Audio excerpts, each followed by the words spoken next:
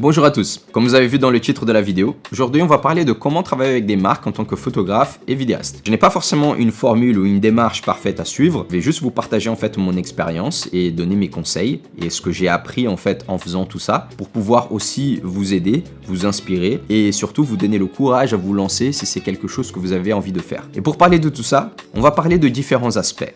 Et le premier aspect que j'ai envie d'aborder, c'est l'aspect de la création. En fait, avant de vouloir travailler avec une marque, il faut que vous sachiez quelle est votre valeur, quel est votre produit, quel est votre service que vous allez offrir. Et c'est quelque chose que vous avez besoin d'investir beaucoup de temps afin de pouvoir le découvrir. Et c'est aussi à ce moment-là que vous pouvez aussi trouver ce que vous aimez vraiment faire.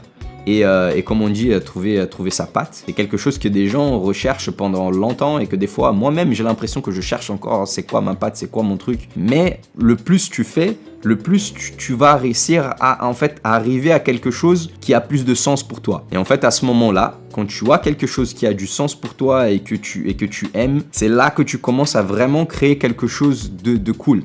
Et quelque chose qui te fait plaisir, et quelque chose qui te donne la pêche, tu te réveilles le matin, tu as envie de le faire. Il faut déjà penser à ça, penser à ta création. Et du coup, on va rentrer dans le deuxième aspect qui est la visibilité. Donc vous avez déjà votre produit, votre création, qui n'est pas forcément un truc final, mais que vous estimez qui est déjà suffisamment bien pour pouvoir le vendre. Et donc pour ça, forcément, il faut le montrer. D'où l'aspect de la visibilité. Et ça, c'est facile à comprendre. Enfin, c'est en fait tout l'intérêt des réseaux sociaux pour les créatifs comme nous. C'est un endroit où vous pouvez montrer ce que vous savez faire. Et c'est là où il ne faut pas se priver en fait. Il faut vraiment poster votre contenu et le rendre du coup visible parce que ça sert à rien que vous fassiez des belles choses et que ça ne sorte jamais de votre ordinateur ou si c'est quelque chose que tu crées manuellement, que tu le montres pas en fait. Si personne voit, en fait, comment tu vas montrer que c'est quelque chose qui est cool et qui plaît aux gens. Donc, il y a cette partie-là qui est très importante, forcément, c'est évident. Mais je le rappelle parce que c'est important et que ça fait partie de ce process. Parce que c'est comme ça que c'est arrivé pour moi. J'ai seulement commencé à travailler avec des marques parce que j'avais posté à fond mon contenu et parce qu'il avait pris un peu de visibilité à ce moment-là et que du coup, ça avait attiré des marques, ça avait attiré l'attention. Donc, très important. Vous allez avoir votre produit et vous allez devoir le montrer. Et puis ensuite, il y a un autre aspect important à en parler, c'est de cibler votre contenu. Des marques, il y en a plein. Vous m'avez demandé, me parler plus particulièrement des marques de luxe, mais des marques, il y en a plein. Des produits, il y en a plein dans tous les aspects différents. Il y en a toujours. Il faut déjà savoir ce que vous aimez et dans quoi vous voulez vous lancer. Et donc là, il va falloir du coup créer en fait un contenu qui va être forcément ciblé à ce que vous voulez faire, là où vous voulez aller. Si la musique vous intéresse, vous allez trouver des potes qui font de la musique, vous allez faire des clips vidéo pour rigoler et c'est là que vous allez justement vous trouver. C'est en faisant, c'est en essayant. C'est pas en étant à la maison, en réfléchissant qu'est-ce qu'on peut faire. Parce que réfléchir qu'est-ce qu'on peut faire, ce n'est pas faire. Faut tester. Et c'est comme ça que moi, du coup, ça m'a tombé dessus. Et à ce moment-là, j'ai commencé à orienter un peu plus mon contenu dans un truc qui pourrait être un peu matché avec la mode. Justement, avec au début toutes ces transitions de vêtements, c'est quelque chose qui a du sens.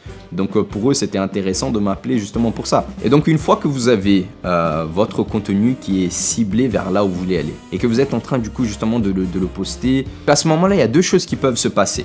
Vous pouvez soit, et ça c'est la meilleure option bien évidemment, avoir le travail qui vient vers vous, c'est-à-dire les marques qui vont vous envoyer un message directement et en vous demandant de faire ce que vous faites parce qu'elle a vu ce que vous avez posté sur les réseaux, ça correspondait à ce que eux ils font et du coup ils trouvent ça intéressant, ils veulent bosser avec vous. Ça bien évidemment c'est la meilleure des options. Et si ça n'arrive pas tout de suite, forcément il faut démarcher. Et là c'est un autre game parce que au début, et comme vous êtes en train justement de démarcher le client, il n'a pas forcément besoin de vous à la base. Donc déjà, il faut que vous arriviez à convaincre qu'il a besoin de vous. Il va falloir aussi être flexible dans vos budgets parce que vous ne pouvez pas demander un truc de fou parce que de base, le client, il n'avait même pas besoin de vous. Il ne savait même pas que vous existiez. Et voire même faire du contenu gratuit. Et c'est ce que j'ai fait. J'ai démarché des marques où je vous demandais si je pouvais leur faire une vidéo pour leur campagne, une vidéo qui allait être, que j'allais pas être rémunéré, mais que ça allait me servir de portfolio, que j'allais pouvoir montrer à cette marque ce que je pouvais faire en fait. Et à partir de ce moment-là, si vous faites un truc qui est cool, la marque elle a potentiellement des chances de vous rappeler. Et forcément à ce moment-là, ça sera plus gratuit. Vous avez montré ce que vous avez fait, mais maintenant il faut que je paye mon loyer. Et du coup, vous avez ce contenu que vous avez fait avec cette marque qui va être un bon portfolio pour vous.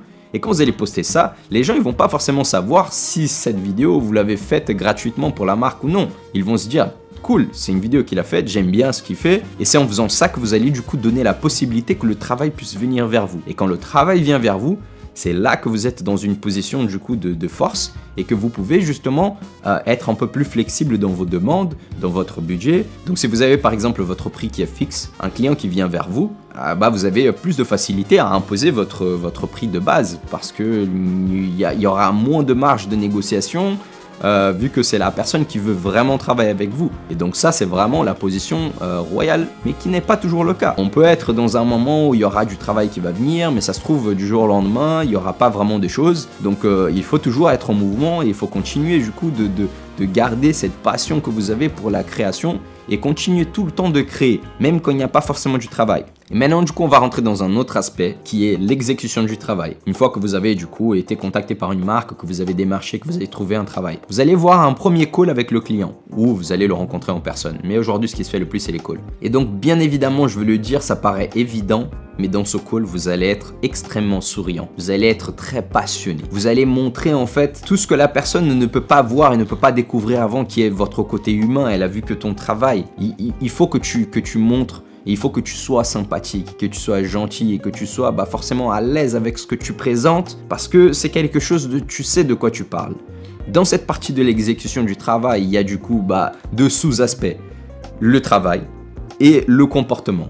Et ça peut paraître très bête, des choses que tu vas avoir dans n'importe quel métier que tu fais, qui est forcément être souriant, être à l'heure, être discipliné, être respectueux avec tout le monde.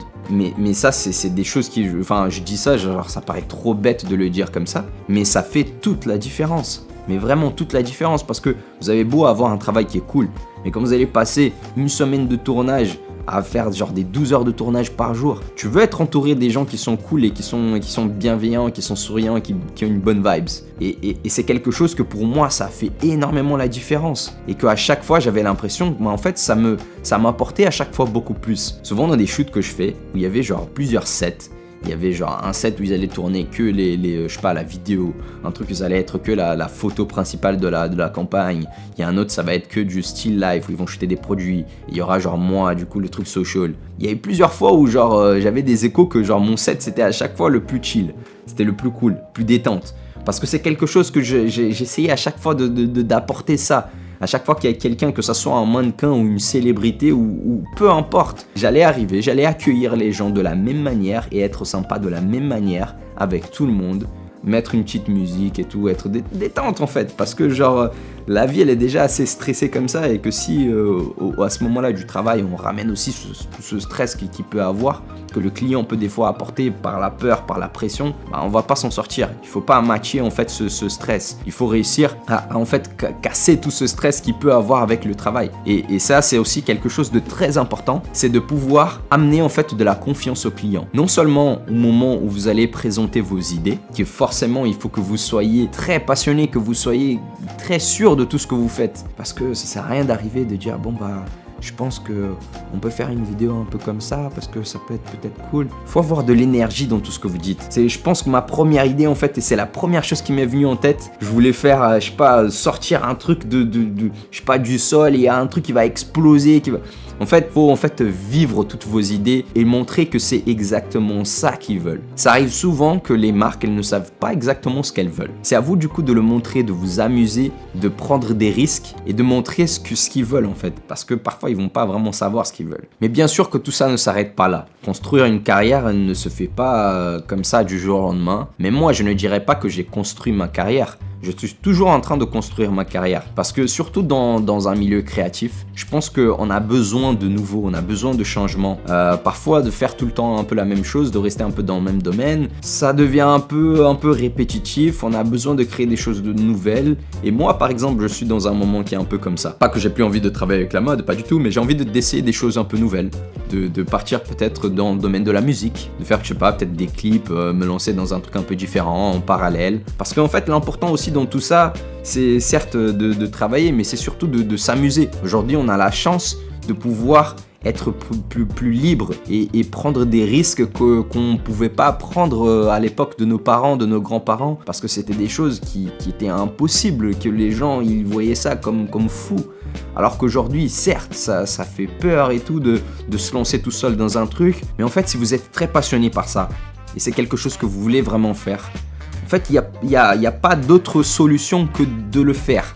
Et d'y croire. Mais pas seulement croire, mais de tout faire pour. Et d'être patient. Et de pas être frustré que ça va pas arriver comme tu as prévu. On a beau prévoir des choses, mais la vie, elle se passe pas tout le temps comme ça. L'exemple, c'est ouais, quand j'ai quitté Follow, l'agence que je bossais avant, pour me lancer en indépendant, mais j'avais plus en tête de faire ça, en fait, de faire mes vidéos sur YouTube, de me lancer en tant que créateur indépendant, mais pas vraiment travailler pour des marques. Ça m'est tombé un peu dessus. Forcément, j'étais content, j'en ai profité de ça, j'ai bien aimé, j'ai kiffé, c'était cool. Mais voilà quoi, j'avais pas forcément prévu ça. Et des fois, quand on prévoit et qu'on a trop notre tête dans un seul truc et qu'on se prend le mur à chaque fois, il faut faire un pas en arrière et essayer d'autres choses. Parfois même juste faire un petit break et de se remettre en question, de savoir où est-ce qu'on veut aller, qu'est-ce qu'on veut faire. Parce que pour moi, la vie, elle est très simple dans le sens où tu veux quelque chose, va le chercher. Ça va être galère, ça va être dur, il faut faire ci, il faut faire ça, mais ça va marcher à un moment. Il faut juste être persévérant et savoir que en fait ça va payer un jour et que ça va être trop cool. Et surtout d'accepter que parfois il y aura des petits moments qui sont un peu durs, mais il faut croire que vous avez besoin de passer par là et que les choses elles vont s'améliorer. Mais donc voilà, je pense avoir résumé un peu le tout. J'espère que ça vous a aidé, j'espère que ça vous a inspiré en quelque sorte. J'espère surtout avoir été très clair et si ce n'est pas le cas, s'il vous plaît, demandez-moi en commentaire. On peut en discuter un peu plus. Je peux même faire une deuxième partie de cette vidéo en rentrant un peu plus en détail sur un aspect ou un autre. Mais en tout cas, je voulais déjà vous faire cette vidéo pour vous partager tout ça. Donc merci beaucoup de m'avoir écouté et je vous dis à la prochaine. Gros bisous!